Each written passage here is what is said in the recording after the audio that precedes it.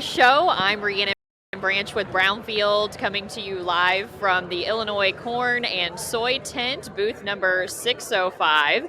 And joining me today, we have Rodney Weinzierl, Illinois Corn Executive Director, and John Lump, ISA CEO. How are you guys doing today? Doing great. Weather out here at the show, and a lot of people came out to see us today. No, it's a great day. Day 2 of the 3-day show, so it's perfect. Definitely, and the weather's pretty nice. We're not sweating, so not too bad, right? That's right. That's great. Well, let's kick things off here. You guys, this year the theme for your tent is called Fueling Progress, and I kind of want to talk about what that means for you guys, that theme in general. So I think as we came together 2 years ago, we are doing many more programs, and a lot of the programs that we work on are joint, which is both beneficial. Farmers out there are growing both corn and soybeans and having joint programs going on, even though it's coming from a different perspective, is benefiting the farmer because they're growing both crops. And yet, adding on to Rod's point, when we did come together, what we're trying to do is really in all areas and all focus areas that we're working on: government relations, agronomy, market development. So, as we focus on these things together, to Rod's point, farmers grow both, and we should be working more and more together. Definitely. Well, Rod talked about joint projects. So what joint project of Illinois Corn and ISA do you think delivers the biggest bang for the farmer's buck? I would say that the PCM program that Illinois Corn started several years ago, and then we joined. It's going on our 4th year, as I recall, coming up this next fiscal year. And what that project has been able to do for the farmers across the state, I think has really been able to help them in the whole conservation area. And as we were able to come on as a partner with them, we're then able to cover the entire state and bring those opportunities together. So I think that's been, a very key component and the longest running project that we've done together. Right, and that project right now is in about 30 counties in Illinois, and so the farmers that are participating in that are kind of getting individual coaching on how the practices, conservation practices, compare economically to conventional practices they might do. But even for the farmers in Illinois that aren't in the program, the data set is growing so large that we're beginning to be able to use that to affect public policy working together. So like in Title II of the Farm Bill, conservation title, there's some ideas that are just now we're able to kind of identify and maybe help shape policy to the advantage of the farmers, and specifically to the advantage of farmers here in Illinois. That, of course, is the Precision Conservation Management Program, which we have some speakers later today on the live that will be talking a little bit deeper dive into that program. Any other joint programs that you guys want to kind of highlight today? I think we are the 96. That's something that is even beyond us. We have beef, pork, dairy, and Illinois Farm Bureau. It's a statewide run program. We're all putting resources into it. It's really driven in this whole area relative to, there's fewer farmers every year. People that grew up on a farm are becoming farther removed from the farm, so it might be second, third, even fourth generation. We really have got to figure out each and every year how to get better at telling the folks that maybe we're from the farm, don't know what's going on the farm. Policy, both at state and federal level, matters to our membership, and we have to make sure that we're bringing other folks along so that they understand the needs for rural areas and farmers in general across the state. So if for folks visiting the Farm Progress Show tent here, Fueling Progress, based on that theme, what is, one message you hope that they take away from the tent this year? Just one? You can both pick a different one. Well, I think the main thing is that we are working together on behalf of the Illinois farmers. And it could be conservation, government relations, farm bills coming up. So we have a whole tent full of many opportunities for every farmer to learn something and take away with them But I think the key is that we are working for the farmer, and it's their checkoff, it's their membership dollar. We're working for them, and we have many opportunities to showcase those areas. And it's really exciting what we've been able to accomplish. I'm going to say, in the past 4 years. Right. And to John's point, a couple of years ago, we talked about, most farmers in Illinois have a corn bean rotation. Well, they do that because it's advantageous for them to rotate the crops. Each crop kind of brings out the best next year in the crop that follows. A lot of the markets we do when we deal with livestock, it's a corn bean ration Right. for the pork industry, the poultry industry, not only in the U.S., but overseas as we work on policy to increase funding for market access and foreign market development funding. So working together both on the market side, coming forward, John mentioned policy, a lot of discussion around a low carbon fuel standard being talked about both at the state level and the federal level. That affects both ethanol and biodiesel. So we need to work together to make sure that both fuels are at an advantage in policy, and we can leverage off of that, farmer does with the crops that they grow. Looking forward, anything specific in terms of new collaborations between the two groups? It looks like we can continue to expect, more joint partnerships and working together moving forward.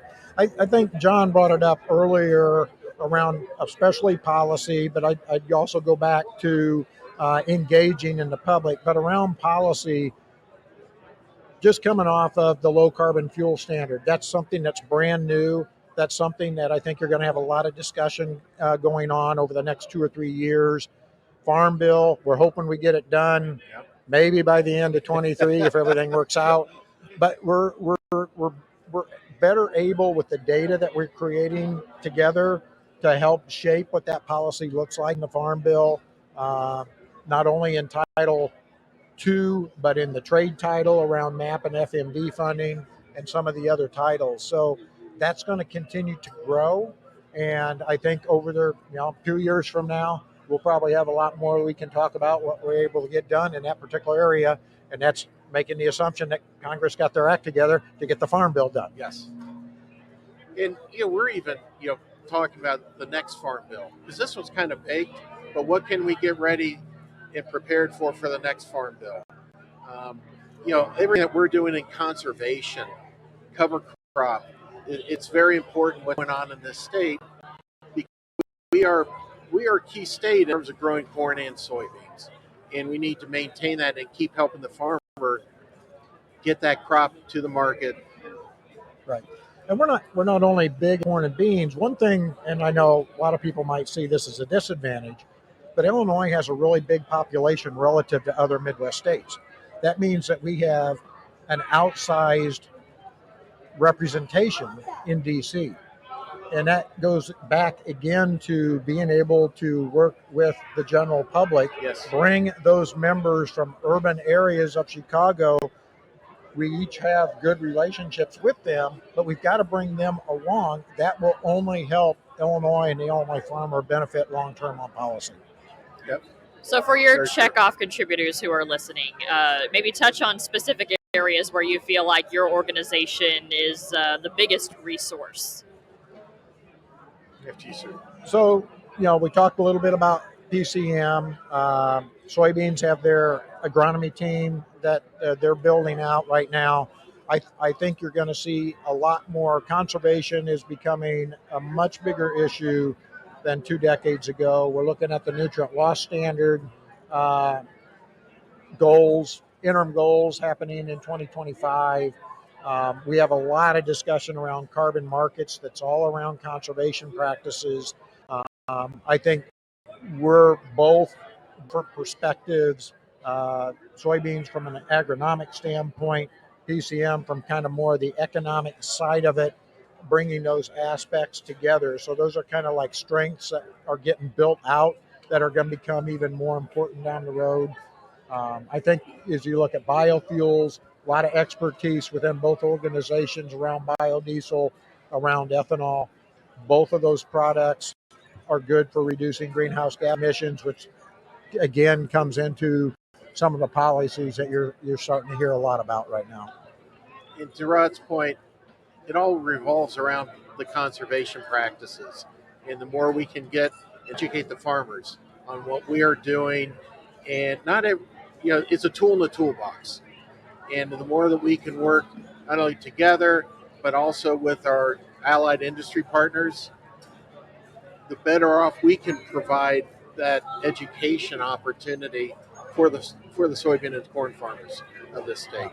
I think the last thing I want to touch on here before we switch speakers out is just, you've talked a lot about the collaboration between the two of you, but Illinois is a diverse state, and corn and soybean farmers are impacted by other industries, beef, pork. Talk to us about how you work with some of the other organizations throughout the state. So we both work, I mentioned we are the 96 that all of us are a part of. We're very focused in Springfield and DC, making sure that our customer, the livestock industry, is protected. It's not the right word, but making sure they have the ability to operate in a manner that they can still make money within their farming operations.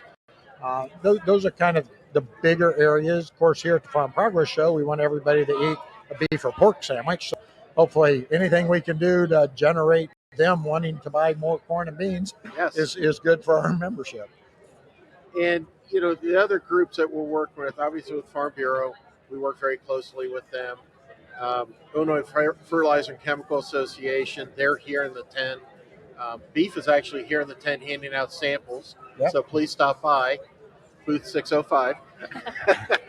But, it's the more we can get our customers to use our product, we're going to be there for them.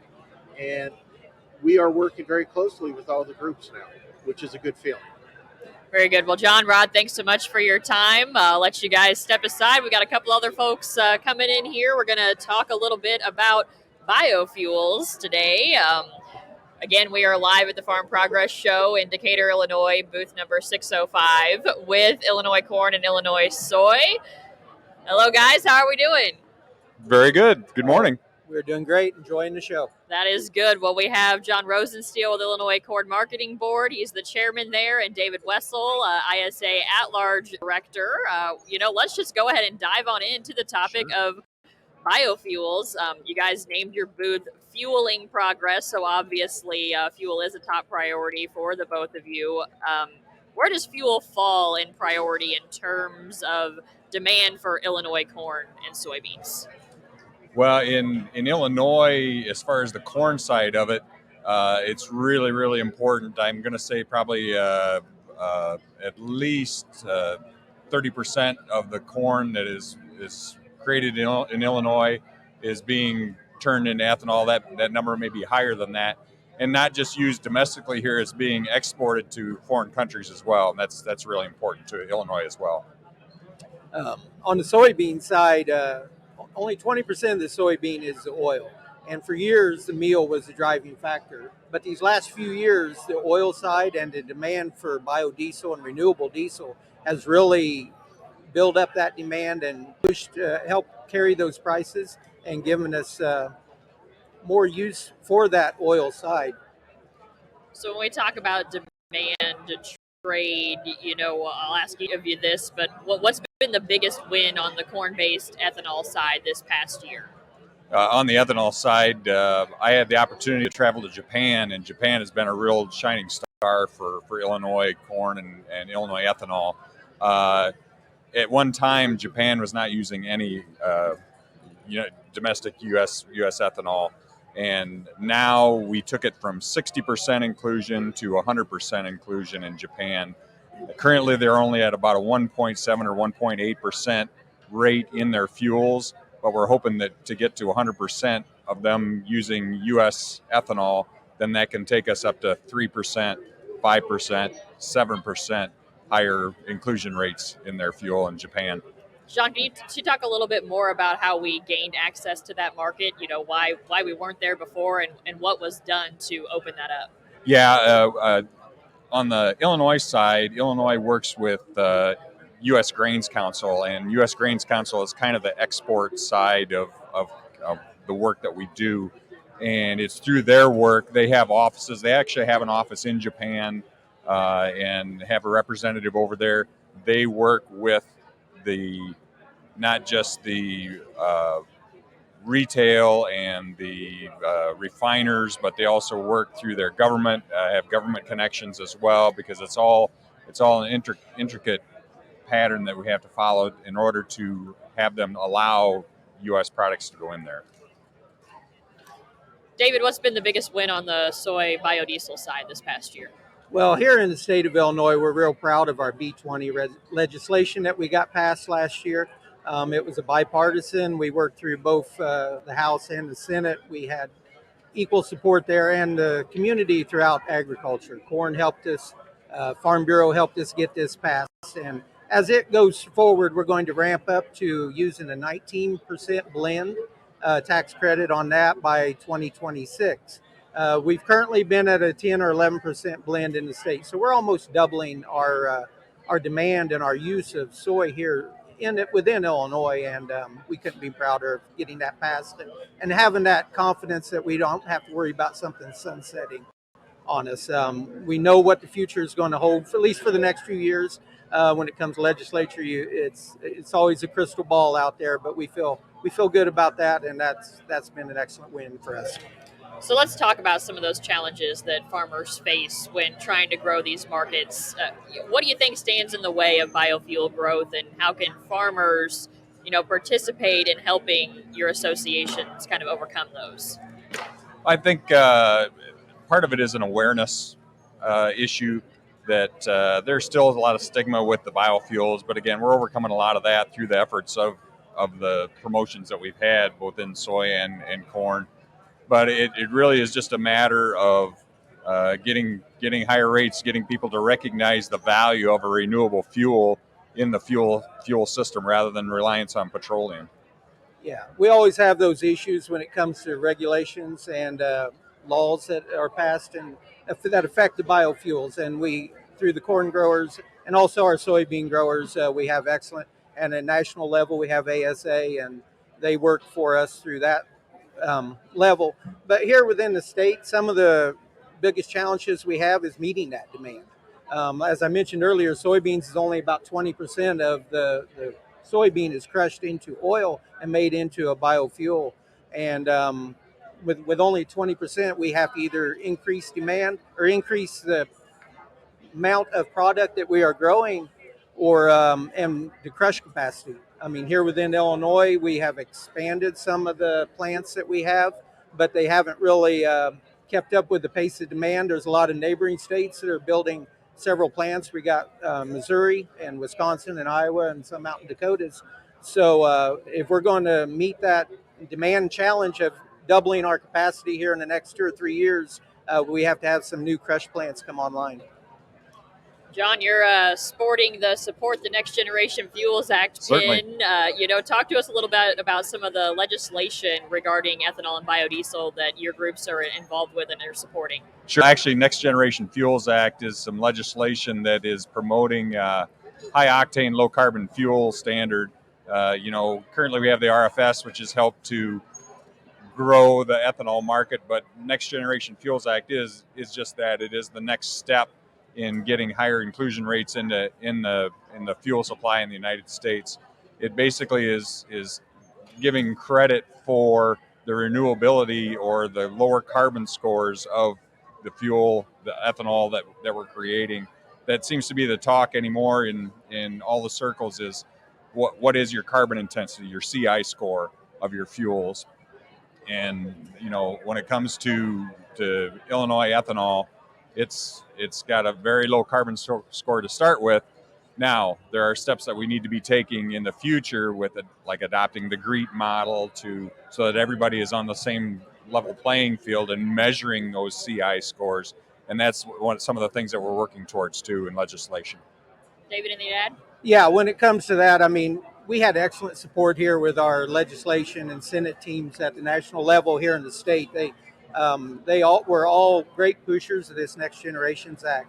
And as he mentioned with the CI scores, soybean oil doesn't come in quite as favorably to meet those demands of those low carbon fuel standards on those CI scores. But at Illinois Soybean and the United Soybean, we are working to try to refine those scores and get them more intact with what farmers are actually doing out in the country right now. And, Yeah, as farmers adopt sustainable practices, and it's not the same crop that we raised 20 years ago with the practices that we do. So all those measurements need to be updated for today's agriculture. Yeah. And we're putting a lot of research into that to get the real numbers out there, so the rest of the world and the rest of our country can find out how a sustainable crop we are growing here. And you guys aren't just only growing biofuels in a sense, but you also use them. Can you provide some examples of how corn and soybean growers use ethanol and biodiesel, on the farm in their daily lives? Yeah, ethanol, again, a lot of agriculture anymore runs on diesel, so I leave that to the soybean side. But again, corn biodiesel, I just had a gentleman here in the booth that was looking for support to help promote corn-based biodiesel. So corn oil being integrated into the diesel supply was very popular in his area.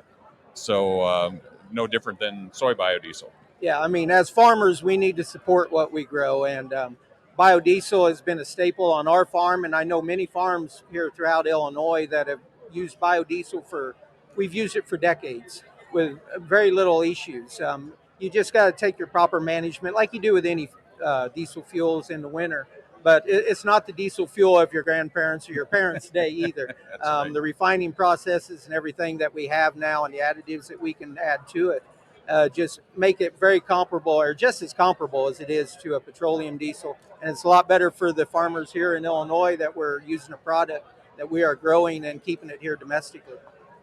Very good. Well, with two farmers in front of me, I'd be remiss not to ask about how crops are looking back in your area. So if you would, maybe just briefly give us an update on, where you're located, what you farm, and how things are looking.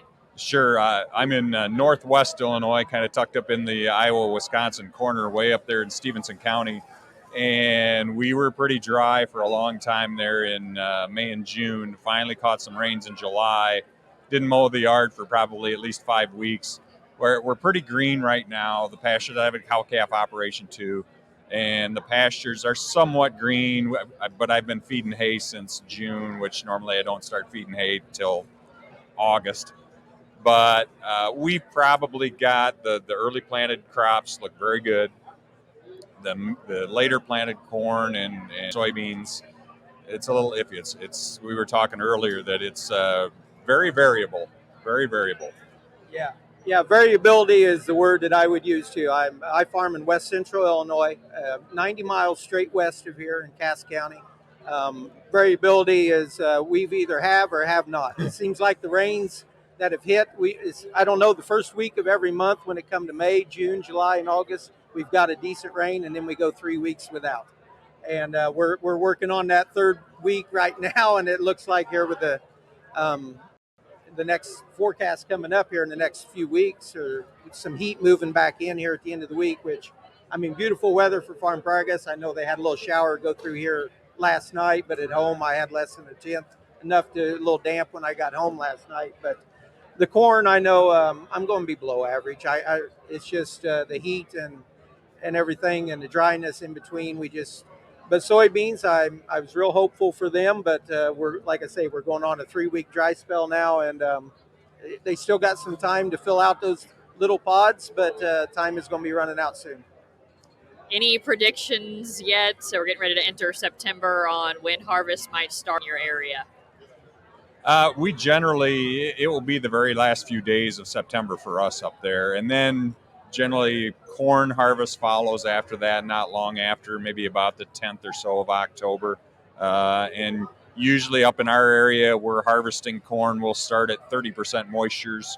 And then by the end of the season, a lot of times are not getting done until Thanksgiving. And it just depends on Mother Nature on how dry that corn gets in the end. So yeah, it'll be another good month yet, really, before we get started. Yeah. I mean, I didn't mention, as John did earlier, I have a cow-calf operation, so I still got another crop of hay that I got to be working on here the first week or two of September. So on a personal note, it'll be probably that third, fourth week of September before we get into a field. And even though we've had some drier and warmer summer, the crops do seem to be holding on very well. They're very little disease pressure we've had, so I think we're getting that natural dry down. But I know they are starting some seed corn harvest in my area this week, and I talked to a producer just a few miles south of me, and he said that he saw a combine rolling yesterday.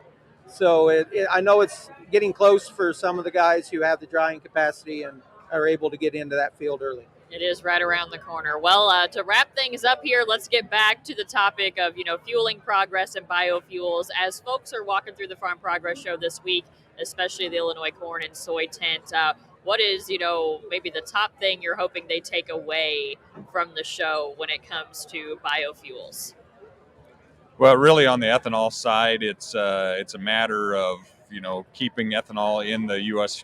fuel supply system, hopefully increasing those levels from 10% to 15%, and then like with the Next Generation Fuels Act, maybe going beyond that. And again, working with soybeans on that front to promote the use of what we grow here in Illinois. Yeah, and as you walk around here, there's a lot of big equipment, and most of it runs on diesel.